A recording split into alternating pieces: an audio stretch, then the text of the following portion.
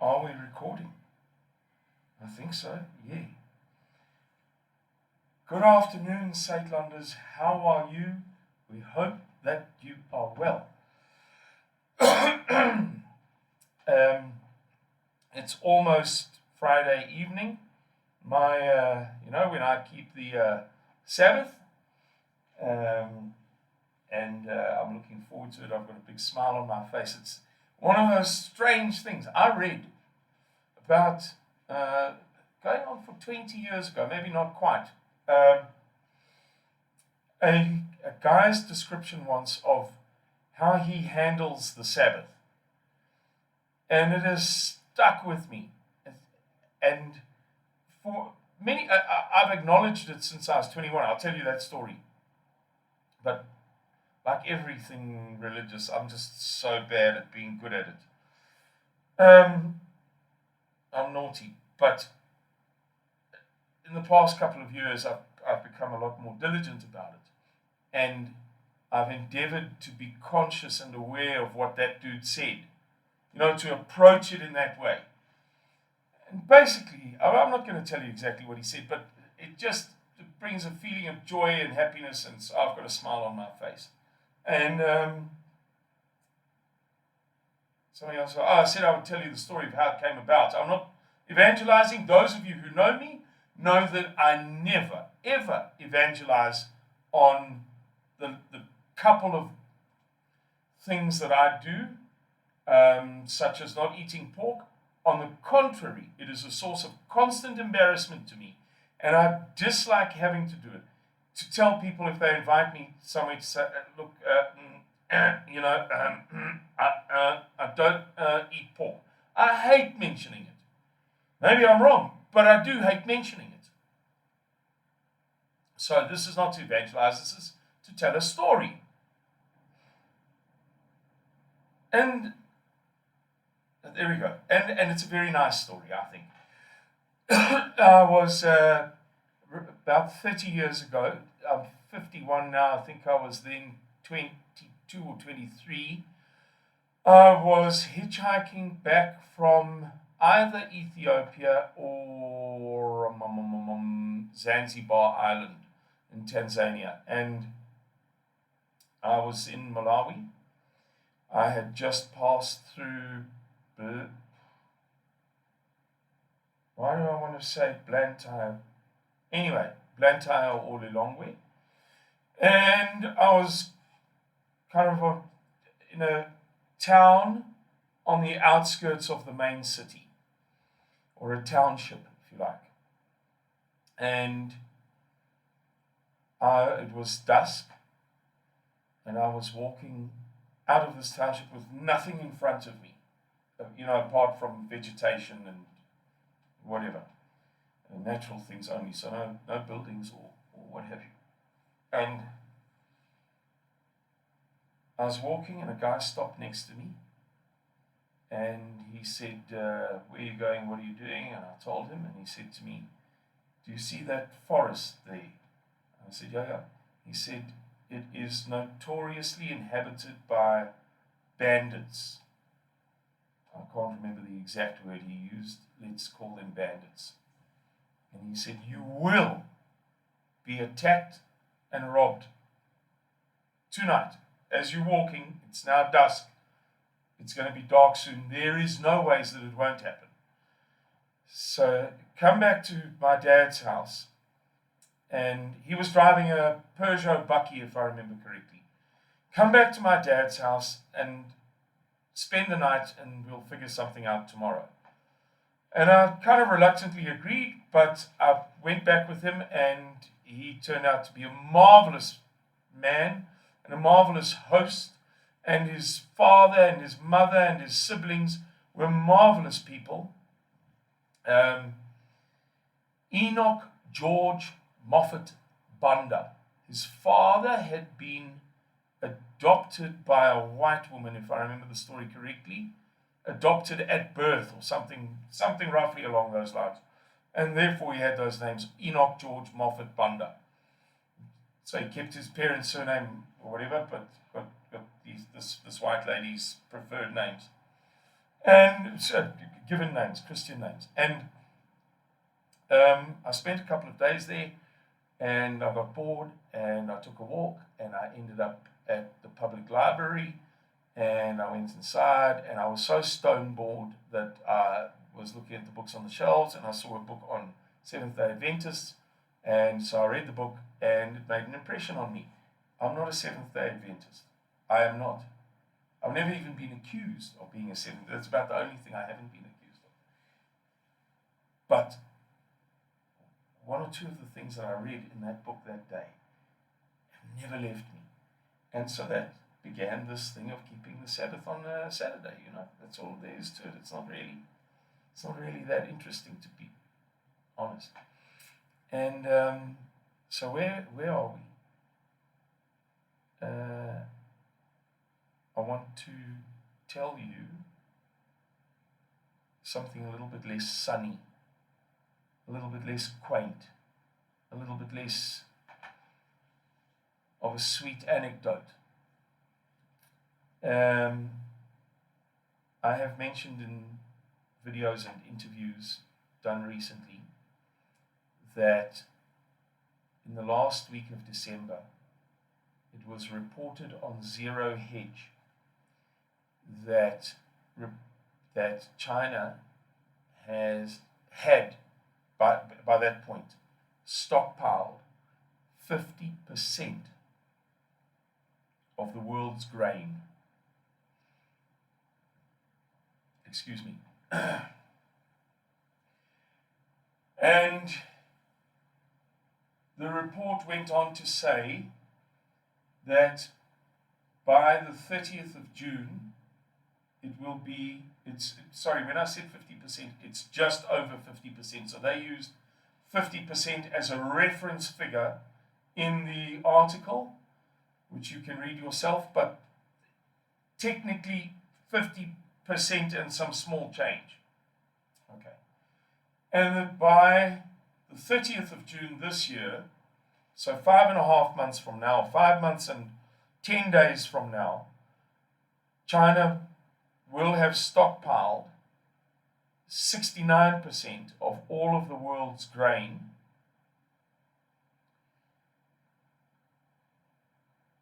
even if it doesn't place new orders. So the existing orders already placed with the various grain suppliers of the world, like my friend Tinas, who grows irrigation farming on the banks of the Orange River, just beneath the dam wall, the first of the farms, the very first one, beneath the Van der Kloof Dam. Wherever the Chinese buy from, they don't exactly buy from Tinas himself, you know. They buy through middlemen and so on. I don't know. It's not my field. But if just those contracts that exist now, orders already placed and accepted, are fulfilled, 69% of the world's grain will be stockpiled in China. Now, obviously, of the 50% that is there now, some will be consumed. So what is going to be consumed will be made up plus another 19%.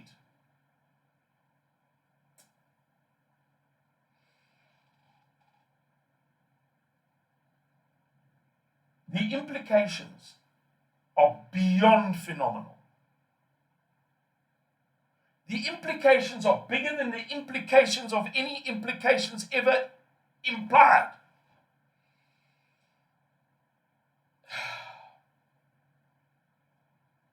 Think about it. The Chinese are about 20% of the world's population, and 20% is a fair, round number.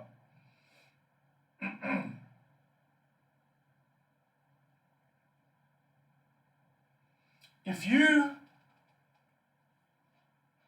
consider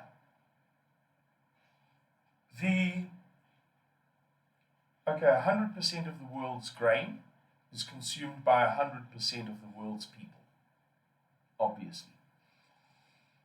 Some consume relatively more. Fat boys like me who eat too much bread and what have you, eat more than poor people in Uganda. But 100 goes into 100, roughly. Huh? All of the world's people are eating all of what is produced in a year. That's simple.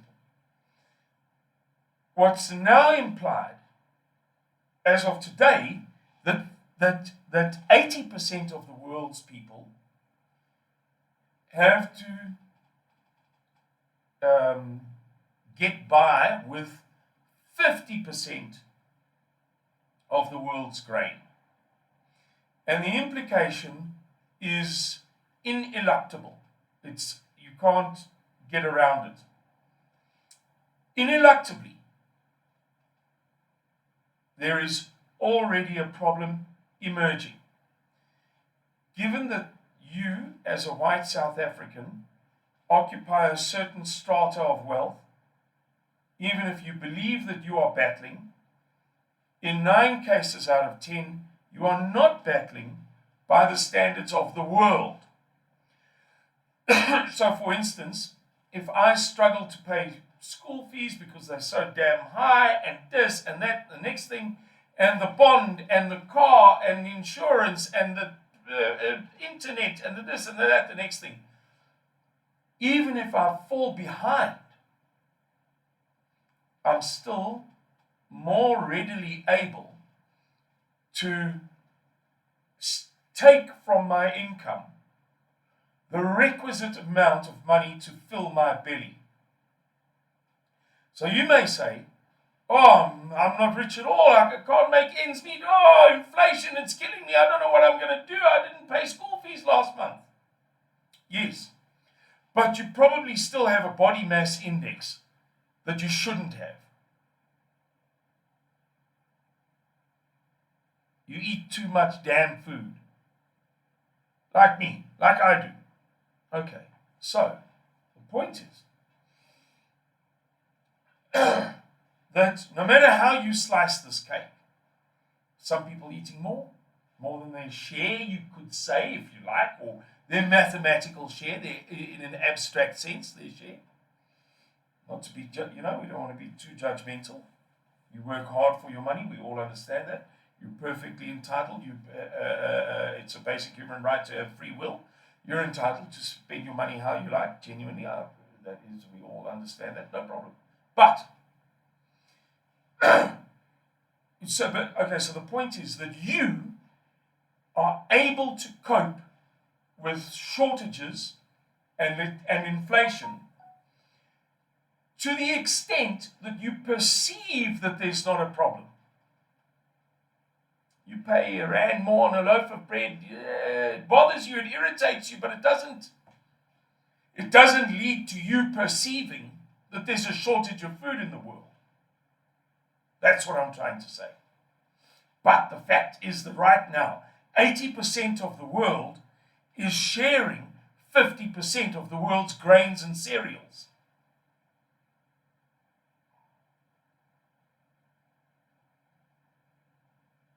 So there is definitively a shortage. There can't not be. Even if there's, let's say, not like you hear about destroying milk in the Netherlands because there's too much, and ploughing up potatoes and destroying this and that because of the surpluses that farmers are subsidized by their governments to produce. Let's say that's 10% of everything that's produced in the world. The Chinese have 50%. We've got the other 50%, 10% of which would normally be destroyed. Let's say it's going to be absorbed by the 80% of the people. Fact remains that there's an enormous missing portion, missing piece of what usually happens every year in terms of the amount of food that is produced every season and the amount of food that is consumed by all of the peoples of the world throughout the year. 50% of the world's people now sharing, and this has never happened before. Obviously, wealthy people have had a disproportionate amount. But there has never been this, that 1/5 of the people stocks up 50% of the food. And at that, they're not the wealthiest of people. They're not Western Europeans or North Americans. New Zealanders, Australians, white South Africans. So this has changed the equation completely. By the 30th of June, the problem will be far greater. By then, 80% of the world's population will be expected to share just 31% of the world's food, or not the world's food, the world's cereals and grains. So I put it to you, Suidlanders, in this long 15, 16, 17, 18, 19-minute video, that you must begin to prepare now, not for Nag van die Langmesse, not for everything that we have always prepared for, but for something else altogether. You might say, yeah, but food shortage on the left or food shortage on the right.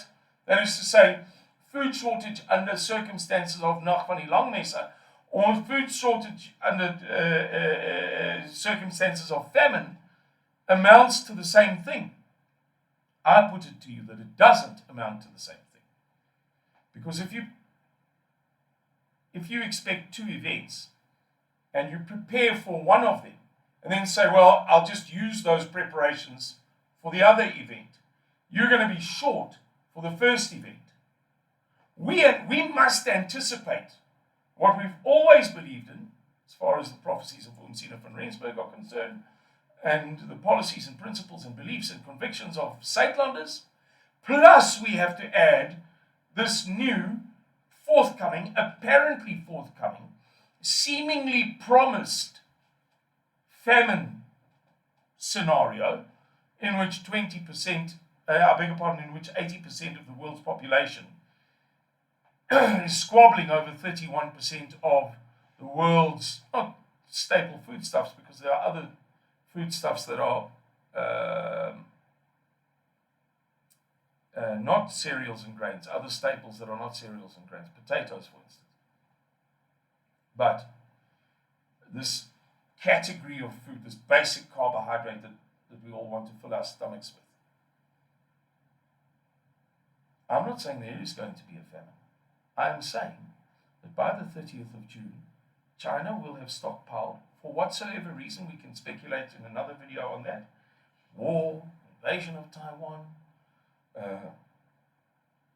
global economic collapse, American farm sanctions, soybean sanctions, whatever. It doesn't matter what the reason is. But we are apparently staring a global famine in the face. If this continues the way that it's going, there will be shortages of food, and those of you who can afford to cope with those shortages, or who can afford to buy their way out of those shortages, are going to be paying a frightening premium. And there are many what's called colloquial arguments or anecdotal arguments. So there are people speculating, saying, oh, I saw this, I saw that, the other. And in fact, I did a video about it recently with the jungle oats box. Many people saying that has already begun to happen. The reason why cauliflower in Van der Kloof is, I didn't see this myself, Adele Kraus told me. Cauliflower in Van der Kloof was selling for 53 Rand a head the other day. The reason why it cost 24 Rand for a packet of 4 tomatoes, and so on and so forth, is yes, because of this thing, that we are already beginning to feel the effects of China buying up the world's cereals and grains. Now you might say, well, cauliflower is not a cereal or grain, and tomatoes are not a cereal or grain. No problem. Maybe people, because they can't eat this, they're eating that. I don't know. What I know is that some people are saying, this, we are feeling it already. That's why these things are happening. Okay, maybe they're right, maybe they're wrong, what do I know?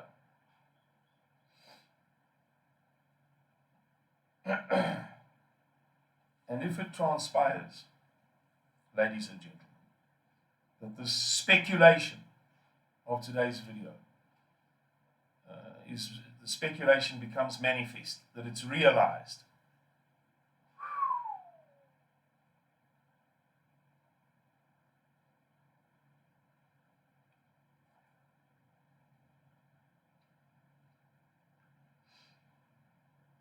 Some of us will get through it easily. But there are so many millions of people in this country who will not get through it that it will cause a great deal of fervor, feverishness. There will be a fever. I'm not saying nog van die lang mense vulkaniese uitbarsting, anything like that. I'm only saying that there will be a fever among the peasantry of the country. And I say that without disparagement.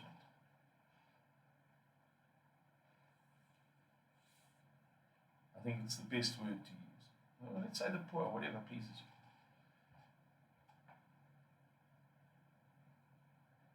you. And even if I feel that I can insulate myself somehow, go and hide in a cave in the mountains, or go to Saitlander's safe zone, or I've got so many rifles and what have you that nobody's going to be able to.